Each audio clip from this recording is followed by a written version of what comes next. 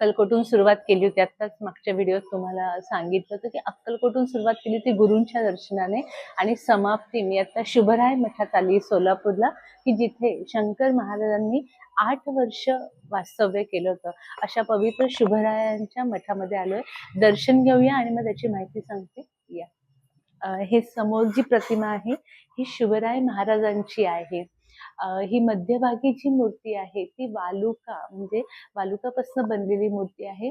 त्यांना दृष्टांत झाला होता की पंढरपूरला चंद्रभागेमध्ये ही मूर्ती आहे. खरं मला देवतांना मूर्ती म्हणायला नाही, हा देव आहे.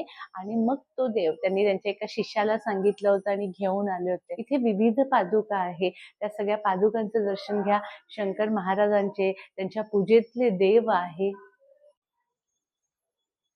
श्री राम, राय, माता सीता, लक्ष्मण, गणपती बाप्पा, हनुमंत या सगळ्यांची